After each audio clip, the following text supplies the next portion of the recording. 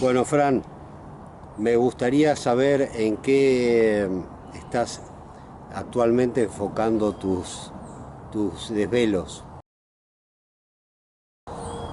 Siempre en lo mismo, tratando de machacar en esas advertencias que nos apunta el único artículo en la Ley General del Ambiente que define lo que es un presupuesto mínimo, el artículo sexto, al que a su vez el nuevo Código Civil, en su artículo 241, le atribuye particular relación legal frente a todos los demás artículos. Y ese artículo sexto tiene dos párrafos breves. El segundo tiene 4 enunciados. El primero de ellos, mirar por la dinámica de los sistemas ecológicos. El segundo, mirar por su capacidad de carga y transferencias de energías. Y recién en el tercer lugar, los temas generales del ambiente, así expresamente lo señala. Y en cuarto lugar, la siempre declamada sustentabilidad de los dichosos recursos naturales. Como somos mentirosos, nunca jamás miramos por el primero y por el segundo de estos enunciados. Nunca miramos por Madre Natura. Siempre nos vamos directos a aquellos temas en donde está la carreta ambiental, llena de buenas personas, llena de piojos, llena de asaltantes, y siempre ponemos al buey atado atrás de la carreta.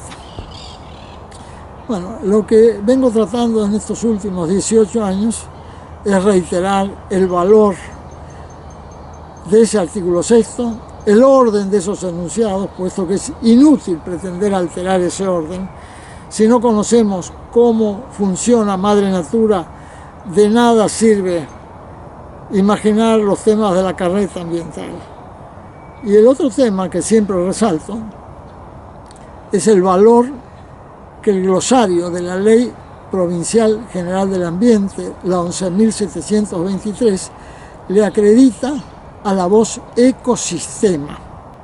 Un área que está alimentada de energía solar y que en las hidrosferas la salida de esas energías se traduce en los sedimentos. Bueno, sin embargo, la mecánica de fluidos, que es la que siempre, aquí en Holanda, en la China, en Alemania, en todos lados, es la que pone sus miradas para estudiar la dinámica de los cuerpos de agua de llanura en particular, y tanto la China como Holanda y Alemania tienen extensísimas llanuras. Sin embargo, nunca han incluido a la energía solar entre las variables de sus famosas modelaciones matemáticas. Así que imaginar que una ciencia pueda estar cargando errores paradigmáticos de más de 300 años ya nos permite imaginar las cargas que tiene que sobrellevar Madre Natura por parte de estos científicos que presumen tener todo tan organizado que a los distintos ecosistemas los enlazan no con observaciones particulares, sino con modelos matemáticos. Con inferencias matemáticas ellos resuelven todas las particiones que la misma ciencia viene fundando desde hace 500 años. La palabra ciencia significa eso, viene de la raíz skei, raíz indoeuropea que significa cortar, separar, escindir. De hecho, to sint en inglés es cortar, y de ahí viene la palabra science, ciencia. O sea, ya ellos mismos en su propio nombre acreditan que cortan, que separan, que escinden. Y después con el sello de la voz ecosistémico, que la usan para condimentar todo tipo de ensaladas, con las pretensiones holísticas que carga la voz ecosistémico, resuelven esos enlaces, pero nunca jamás con observaciones concretas. Y de hecho, a esas millones de particiones que nos ha regalado la ciencia, le cabe desarrollar observación puntual a cada uno de los enlaces. O sea, no basta con enlazar dos ecosistemas. Así por caso, para una tributación estuarial, la salida del río Matanzas al río de la Plata, al estuario del Plata, reclama por lo menos la intermediación de siete ecosistemas diferentes. Y hay que buscar los enlaces entre cada uno de esos 7 ecosistemas. Ese fue el primer trabajo que presenté en octubre del 2010 al primer Congreso Internacional de Ingeniería, celebrado en la Argentina. Allí vinieron 26 ingenieros de 26 países, ingenieros hidráulicos de 26 países. Y el propio ingeniero Juan Carlos Jiménez, que había sido presidente del Colegio Argentino de Ingenieros, y era el que presidía el comité de los trabajos a seleccionar para ese congreso, me felicitó siempre, desde los abstracts que yo había presentado, 5 trabajos, me pide si por favor los podía resumir en 2, porque eran muchas las presentaciones que hacía. Entonces que los resumiera en 2. Y así fue que en el mes de agosto, cuando había llegado la hora de presentar los trabajos definitivos, presento esos 2 trabajos. Me vuelve a felicitar, pero me pide si podía bajar un poco los decibeles, porque él ya advertía que esos trabajos iban a ser un escándalo para esos ingenieros de 26 países, porque la mirada era tan distinta a la que surgía de mecánica de fluidos. Esta era mirada por termodinámica de sistemas naturales abiertos y enlazados, que es lo que le da sentido a la voz ecológica. El enlace es lo que funda el concepto de ecología. Bueno, que le dije que sí, que iba a tratar de bajar los decibeles. Pero cuando me puse a trabajar vi que mis musas, en lugar de bajar, subían los decibeles. Entonces, le mando un mail diciéndole que me retiraba del Congreso, agradeciéndole todos los aprecios, que no todos publicados, en la página del Estuario del Plata, /inclinada.com.ar /convec 2.html. Ahí están los aprecios del ingeniero Juan Carlos Jiménez. Y bueno, ahí se cortó la relación. Eso fue la primera semana del mes de agosto. Y la primera semana de octubre, el Congreso era 17, 18 y 19 de octubre del 2010, la primera semana de octubre me escribe la secretaria del ingeniero Jiménez diciéndome que le envíe esos 2 trabajos así como estaban. Bueno, envío los trabajos, me dan los diplomas firmados por Conrado Bauer, los grandes popes de la hidráulica, pero no los publican. Fueron los únicos trabajos que no se publicaron. Se ve que esa advertencia que ya había expresado Juan Carlos Jiménez, el presidente del Colegio Argentino de Ingenieros, seguía bien viva y se da cuenta que instalar cambios de paradigma sin que mediaran algunos encuentros previos era una propuesta que él no se animaba a hacer. Así que desde entonces han pasado 12 años.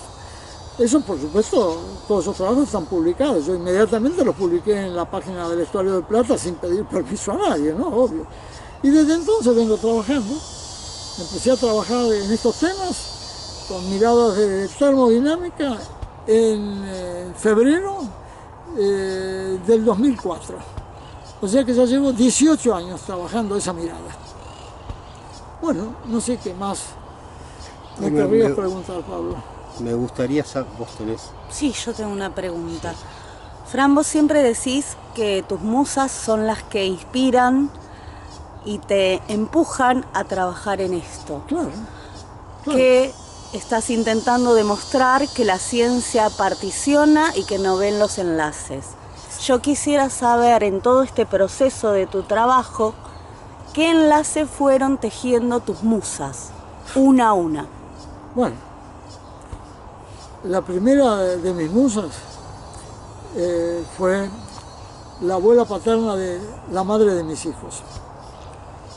que después de separarme de mi familia, siendo que había sido la única mujer que había conocido en mi vida, la primera mujer, con ella me casé, y después de tener 3 hijos y 18 años casado, yo no aceptaba estar separado, y bueno, entonces como única forma de defensa me puse a rezar, y recé tanto que caí en delirio místico. Entonces me internaron en un loquero, 2 meses allí, después me sacaron, pero me mantuvieron medicado con pastillas otros 4 meses más. En esos 6 meses yo naturalmente conocí algo más allá de los campos experienciales de la existencia.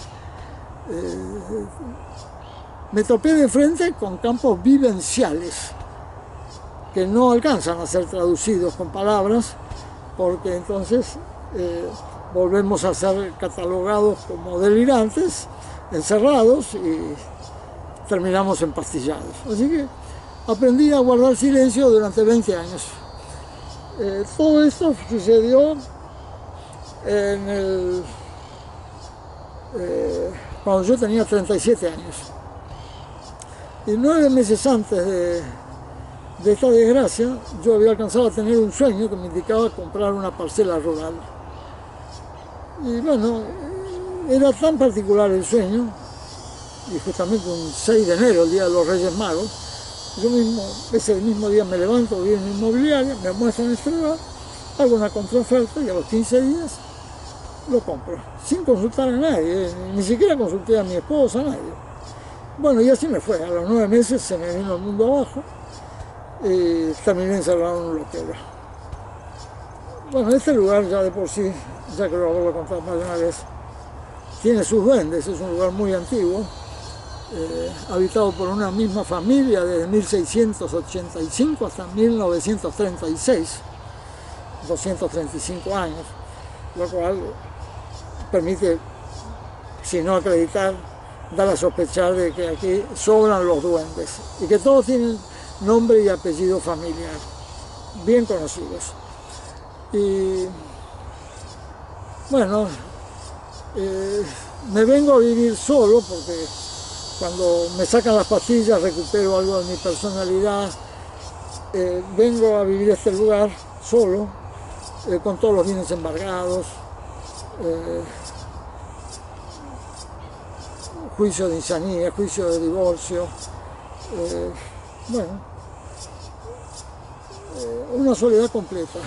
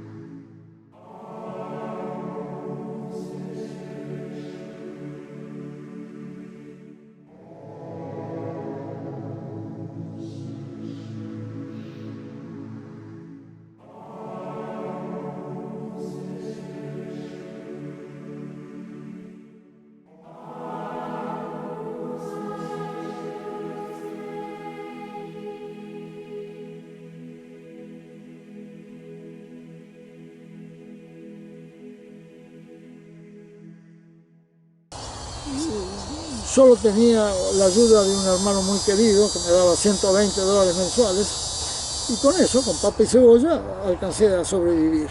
Así fue que pasé 4 años y medio. Y en esos 4 años y medio estuve siempre acompañado con la abuela paterna de mi primera mujer. Una mujer de origen italiano del lago di Como, de una población que se llama Seremido, unos 20 kilómetros del sud-sudeste del lago di Como, que había sufrido una desgracia muy particular en el siglo X. La mitad del pueblo encierra a la otra mitad adentro de la iglesia y le prenden fuego. se ve que el karma que quedó instalado en los que sobrevivieron, de alguna forma pesaba en la vida de la abuela de mi primera mujer. Y de hecho a ella le toca nacer y quedar prácticamente huérfana de padre y madre. Es criada por un par de hermanas, no me acuerdo si de Jujuy o de La Rioja o Catamarca. Después se casa con un hombre de carácter de un pueblo aboriginario de San Luis y tiene 12 hijos. Muy sufrida realmente la vida de esa abuela, muy sufrida. Así que cuando llegó al cielo, sin duda encontró que tenía capital de gracias amasado para comunicarle a un esposo de una nieta lo que quisiera. Así que los primeros procesos en esos campos vivenciales fueron todos asistidos por esa abuela, durante 4 años y medio. Ella me enseñó a ser pobre, a trabajar desde bien temprano, nunca menos de 14 horas diarias. O sea, ella, poner los pies en este mundo de rigores y austeridades, todo se lo debo a ella, todo. Ella fue la que me educó para esos esfuerzos. Pero al cabo de 4 años y medio, yo seguía solo, incluso los vecinos de acá enfrente, de un pequeño barrio, decían que aquí había un sacerdote que estaba haciendo un retiro espiritual, porque acá no entraba mujer, no entraba nada, yo estaba solo haciendo lo que podía con mis manos. Nunca tuve un albañil, ni un techista, ni un azulejista, ni un cementista, nada. Me arreglaba como podía. Aprendí en esos 4 años y medio de la mano de esa abuela todas las profesiones. Y a los 4 años y medio tengo un sueño que me indicaba que ese año 85, que iba a comenzar, iba a conocer a la piedra preciosa. Yo no sabía de qué se trataba eso. Pero bueno, ahí aparece el 1 de enero, sentada en la casa de un amigo muy querido, esa piedra preciosa. Era una mujer muy sufrida, que acababa de volver de un exilio de 8 años, que acababa de perder a su hija mayor, que también había estado exiliada, que pertenecía a una familia que también había conocido muchos vaivenes. Ella de hecho había perdido a su padre, a su hermano mayor, a su cuñada, a su sobrino en un accidente aéreo. El primer vuelo de Austral a Mar del Plata, en ese avión que cae en el mar y no aterriza en Camet, ahí iba el papá de Julieta. Y eso le provocó a toda esa familia una conmoción que después tuvo sus consecuencias. Y bueno, gracias a Julieta yo recuperé una relación humana más o menos normal. Comencé a sentir el valor del vínculo, a tener las energías, la inspiración y los ánimos para construir todo lo que está obrado en este hermoso lugar tan antiguo. Y así que a Julieta le debo todo lo que está a la vista en este lugar. Y de hecho hay 2 páginas web, una se llama amoralhuerto.com.ar y la otra se llama paisajeprotegido.com.ar. Ahí ustedes pueden ver todo lo obrado gracias al amor de Julieta. Y así fue que Julieta me acompañó durante 19 años. Ella era 14 años mayor. Y sin embargo, quizás eso me facilitó darme cuenta del valor de la mujer, ¿no? Que siempre hablamos de la igualdad de género, por lo menos de lo que se escucha últimamente. Y de hecho también he resaltado muchas veces que es imposible hablar de igualdad de género cuando la revista Science hace ya más de 20 años dio noticias de que la mujer tiene un cromosoma que es 240 millones de años anterior al del hombre. Así que, por más que hagamos historia de un Homo erectus, de un Homo sapiens y de una ontología del habla y de una ontología del lenguaje y de todo lo que queramos imaginar, si no nos hemos enterado en 1.000.000 de años de que la mujer es algo opuesto y complementario al hombre, pero infinitamente superior al hombre, bueno, si la mujer ha querido que el hombre se imagine el macho creador y qué sé yo, bueno, aceptemos de que la mujer nos ha regalado esa presunción, ¿no? Pero si algún día nos enteramos de lo que vale una mujer, sepamos valorar lo que es una mujer, aunque haya partido. Y de hecho, Julieta cuando parte me dice eso, ¿no? Que aproveche y que me busque una más joven. Bueno, partió Julieta de mi vida y a los 6 meses aparece aquí una chica paraguaya muy sufrida. Acababa de perder a su madre. La madre había fallecido a los 48 años, madre de 9 hijos, de una pobreza descomunal. Nunca había conocido las letras, ni el agua potable, ni la luz eléctrica, ni siquiera había conocido a sus padres, porque le habían entregado un matrimonio mayor que no podía tener hijos. Y bueno, a los 3 días de conocer a esa criatura que se pasaba el día llorando, la mamá que acababa de fallecer se mete en mi cuerpo como quien se pone un guante en la mano. Yo no sé si ustedes recuerdan la película Hay una chica en mi cuerpo con Steve Martin, u otra un poco menos graciosa, Ghost, la sombra del amor. Bueno, eso mismo, pero en los 2 hemisferios. No era que yo estaba con un hemisferio cohabitado y con otro no. Y bueno, de esos temas, la Biblia y todas las religiones dan reconocimiento, pero siempre en términos de estar poseído. Yo nunca me sentí poseído, nunca. Siempre me sentí cohabitado. Claro, si uno se siente poseído, no tiene más remedio que ir a buscar auxilio, a un psiquiatra, qué sé yo. Pero si uno se siente cohabitado y encima sabe quién lo cohabita, porque claro, distinto es si me hubiera sentido cohabitado por el Padre Eterno, por San Pedro, o por la Virgen, o por Mancupancu, Mandinga, o alguno de esos, claro.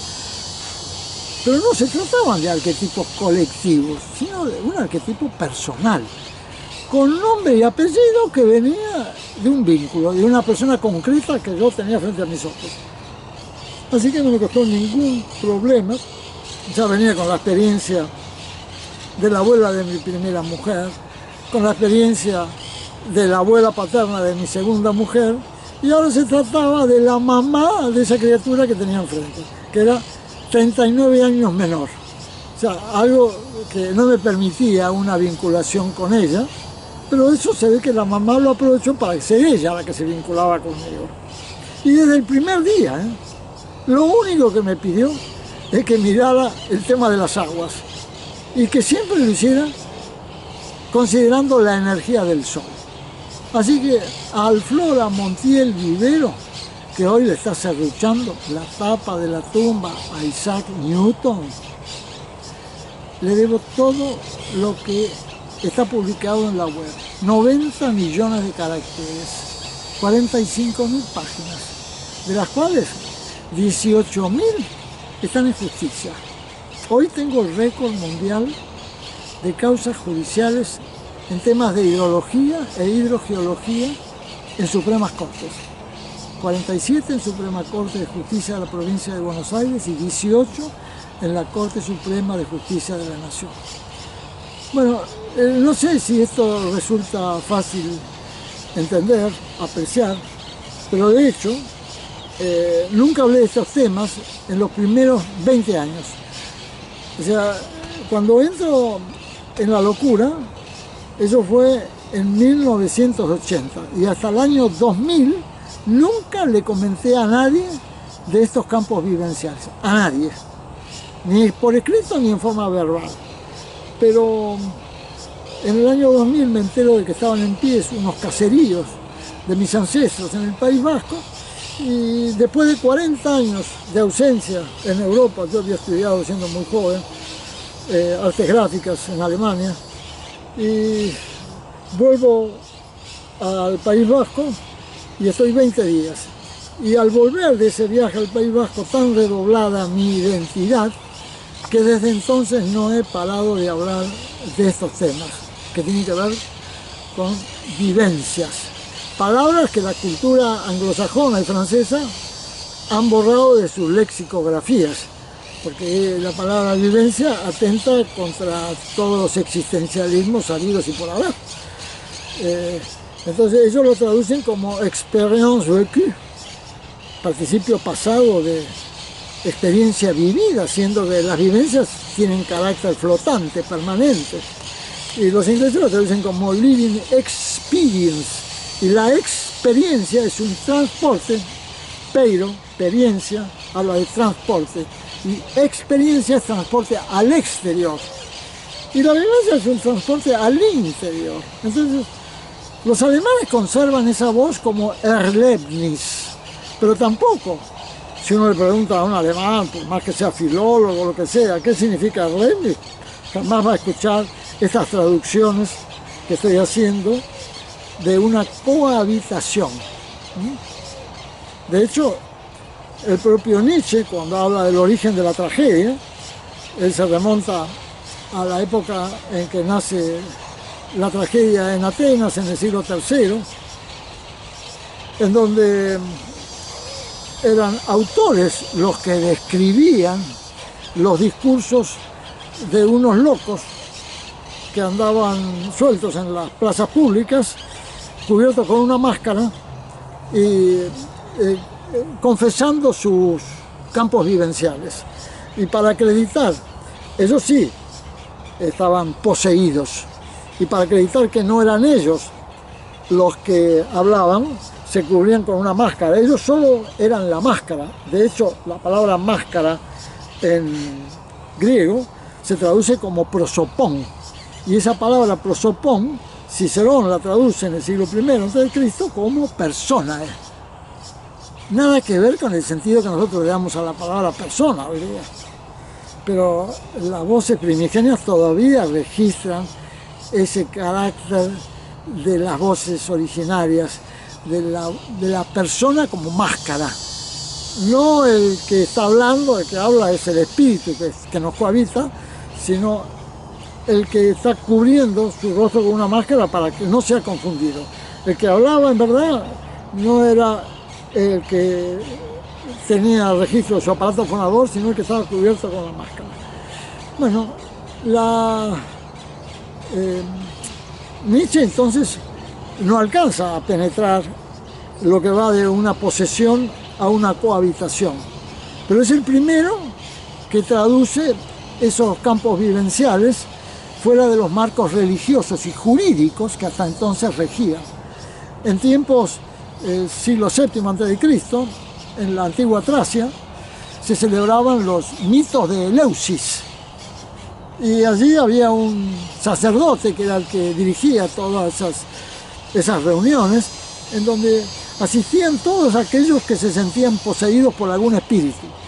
Que como había una protección, no solo religiosa, sino también jurídico, los locos o los esquizofrénicos, como se quiera llamarlos, andaban sueltos, pero se reunían una vez por año en esas grandes celebraciones para de alguna forma sentirse comunicados con otras personas que cargaban esas mismas vivencias.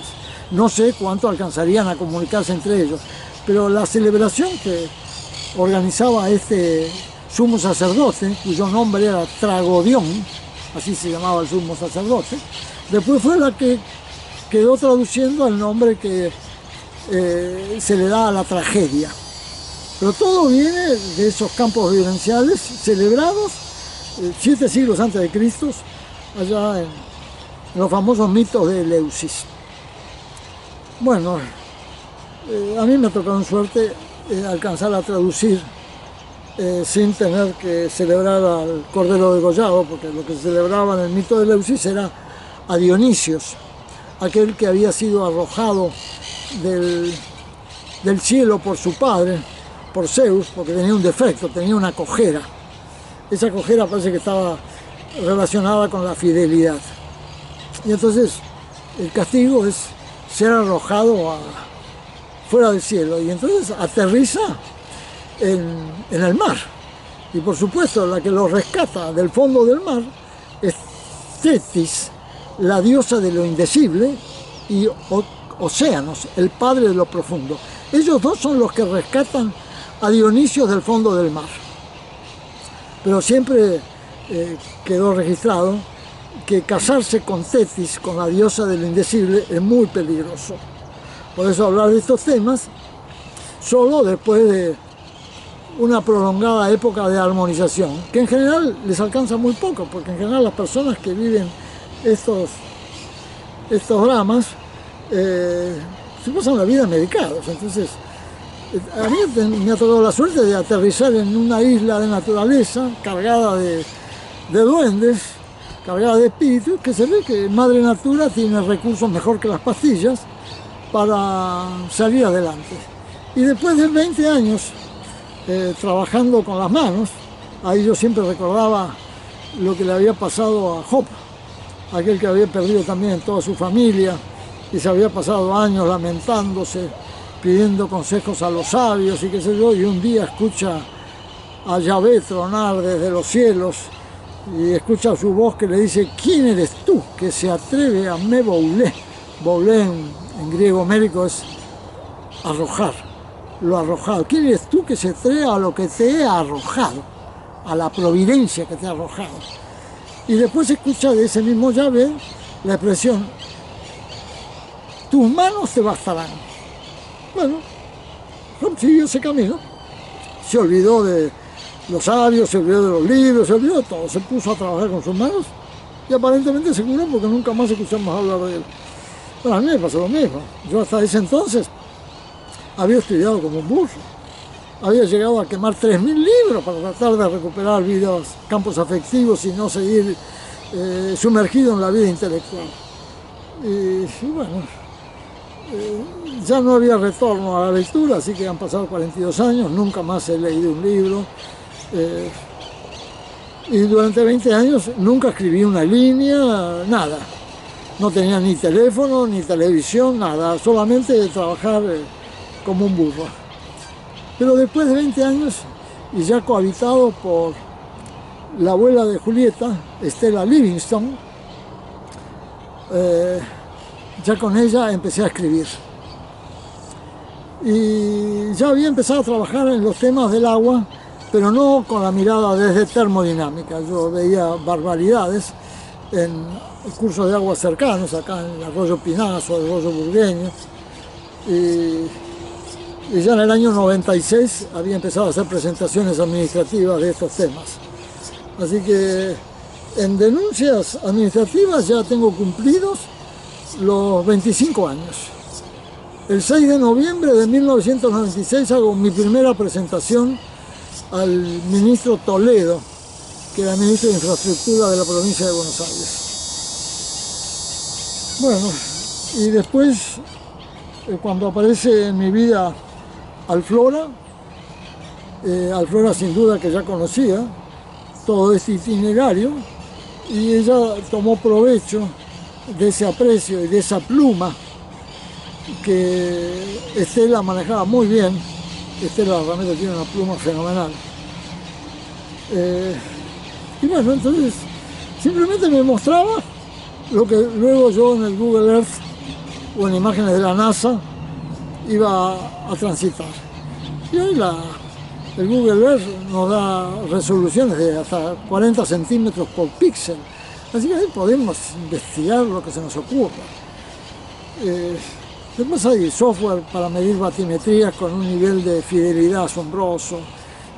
Bueno, hoy el que quiere estudiar estos temas no necesita salir de su casa, ni comprarse libros, ni tener consultas con investigadores del CONICET, ni nada, porque de hecho el tema para ellos es tan abismal que nunca van a dar respuesta. A mí me han llegado a visitar, eso fue en diciembre del 2010.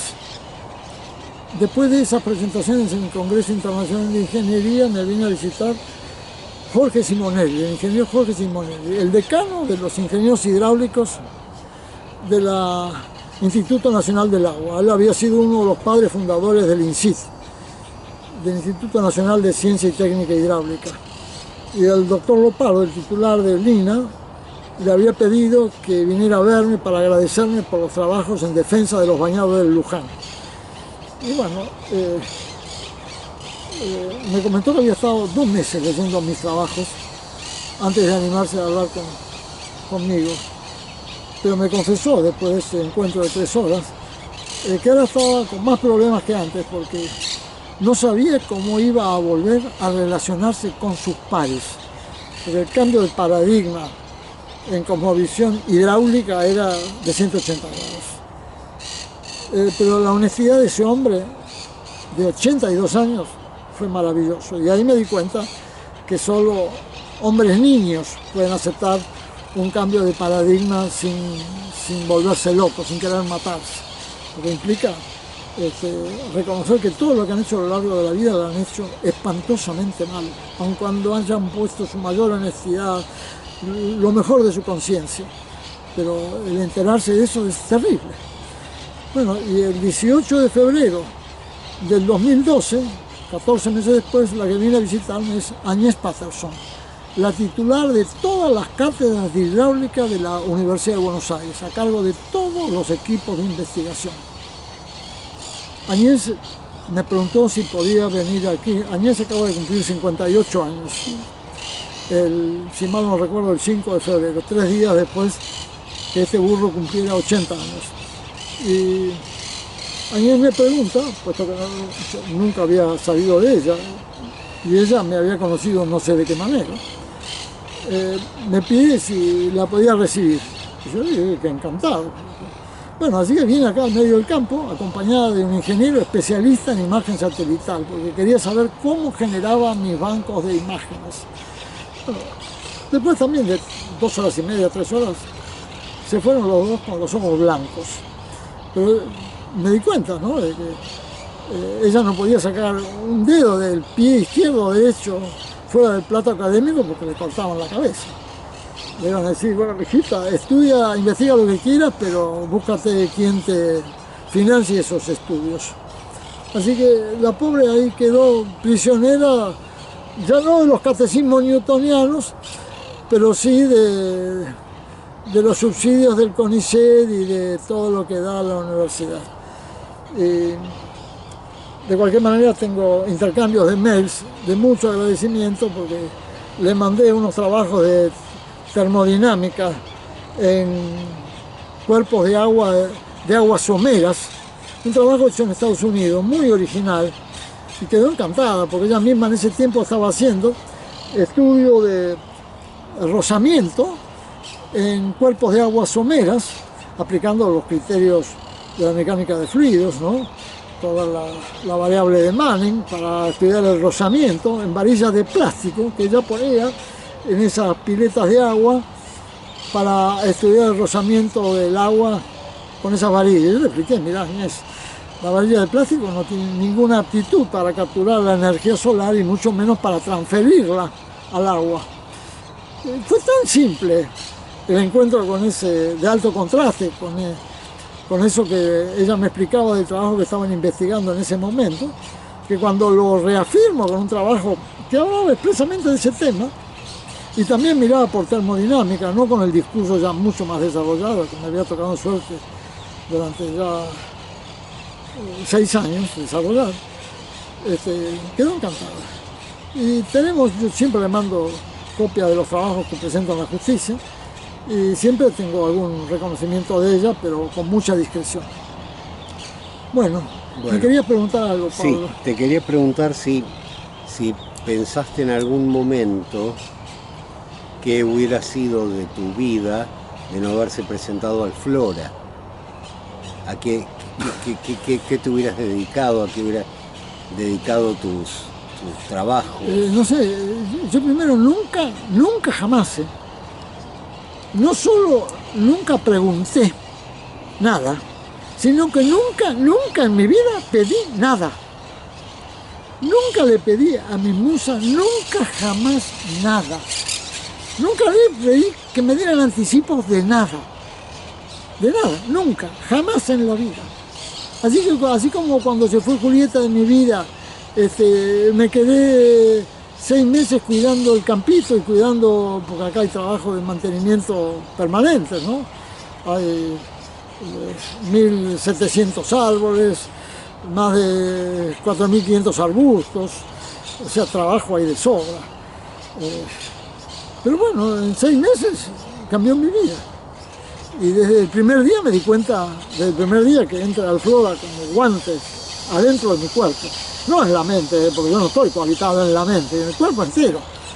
Desde el pescuezo, o mejor dicho, desde acá hasta el diafragma. Que en tiempos de Homero, el diafragma decían que era el centro de las emociones. Las vías aéreas están cohabitadas por el espíritu que viene del amor vincular. Y las vías inferiores, los campos inferiores del diafragma, están cohabitados por nuestras raíces y nuestras sabias, pero ellas se tienen que mantener en silencio. Solo asisten a elevación de esfuerzos, porque si hablaran, si ellos invadieran nuestro psiquismo, psique pertenece al vínculo. Psique se sentiría muy molesta si nuestras raíces y nuestras sabias entraran a hablar en nuestro psiquismo. De hecho, un día recuerdo, estando muy solo, muy triste, tengo una imagen de mi abuelo Sebastián, que pasa por mi mente 3, 4, 5 segundos, la simple imagen del abuelo. Eso me había pasado ya muchas veces antes. Toda la vida sentí que el abuelo tenía ese don de sacarme la tristeza. Yo veía la imagen del abuelo y se me iba la tristeza. Y yo estaba aquí cerca trabajando en unos surcos donde estaba plantando flores, y de pronto, muy triste por cierto, y de pronto tengo la imagen del abuelo. Y bueno, la tristeza se me desaparece en el acto, pero en el mismo momento que desaparece mi tristeza aparece la abuela de mi primera mujer, furiosa, muerta de celos. Y me dice, no te creas que tu abuelo tiene más poder que yo. Yo tengo mucho más poder que él.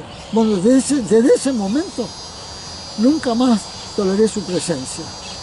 Las cosas que le he hecho, no en voz alta, sino a los gritos, para echarla de mi vida, nadie se lo puede imaginar.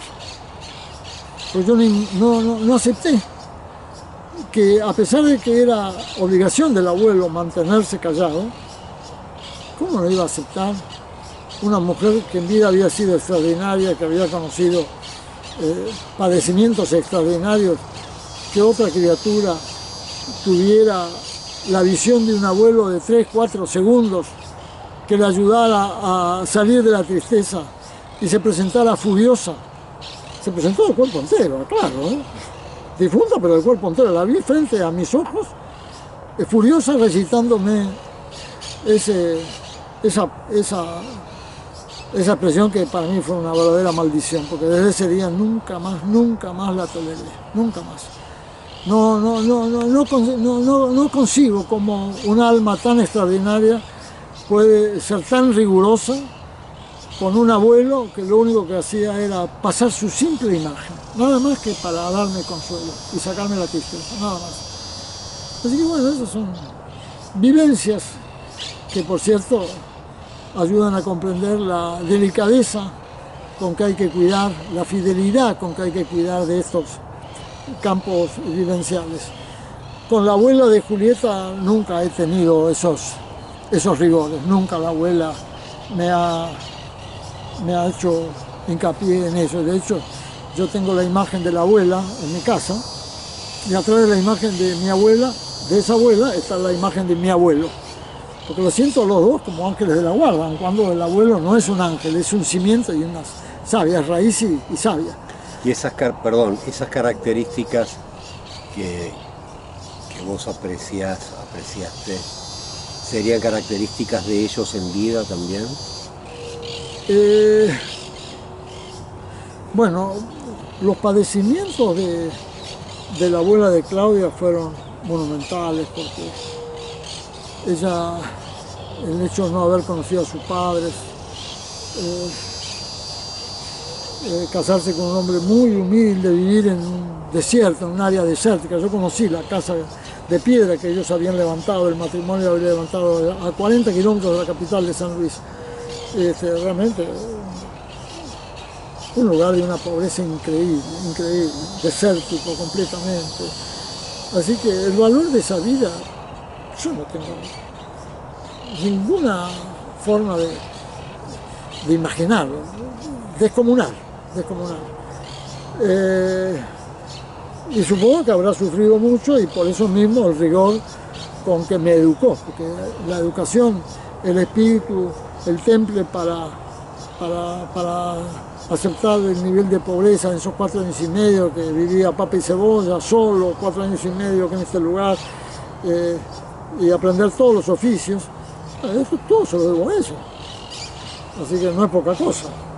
Y creo que si me olvido de algo, no voy a dudar en parar estas expresiones para recordarlo. Julieta no, la abuela de Julieta venía de una familia extraordinaria. Un tío abuelo de ella había sido uno de los que colaboró en la redacción del Acta de la Independencia de los Estados Unidos. Ancestros de ella habían sido los que habían venido a Estados Unidos en el Mayflower. Así que la tradición de los ancestros de Julieta es sencillamente descomunal. La cultura que tiene, bien la luce en la pluma. De hecho, si ustedes ven la redacción que yo hice para presentar, bueno, que hizo Estela, porque ella es la que mueve mi pluma. Cuando presento el pedido para participar como tercero en la causa B67491 del 2003, una pequeña causa de ideología urbana en la Corte Suprema de Justicia de la Provincia de Buenos Aires, invitado por el director y el subdirector el secretario y subsecretario de la Oficina de Demandas Originarias de la Corte. Ellos vieron mis trabajos, vieron la denuncia que yo le había presentado al ministro Toledo, y que en un expediente que ya tenía 500 folios, y que 8 años después, 9 años después, no, 11 años después de la primera presentación, el ingeniero Coroli, el director de hidráulica, le manda una fotocopia del primer folio a la Corte. Y ahí entonces ellos ven los antecedentes y me invitan a que hablara con ellos. Fue un miércoles, hablamos 3 horas, un encanto esa reunión. Y el lunes siguiente ya tenían la presentación de esas 30 páginas. Bueno, si ustedes leen en la página de Hidrología en Suprema Corte los textos de esas 30 páginas, se van a dar cuenta la belleza de la pluma de Estela Livingston. Una maravilla, le debo todo. Y en el caso de Alflora no. Alflora no necesita tener pluma, porque hoy sigo acreditando que la pluma la maneja Estela, y que toda la mirada que cambia el paradigma mecánico por termodinámico, eso es lo que pertenece a Alflora Montiel Vivero.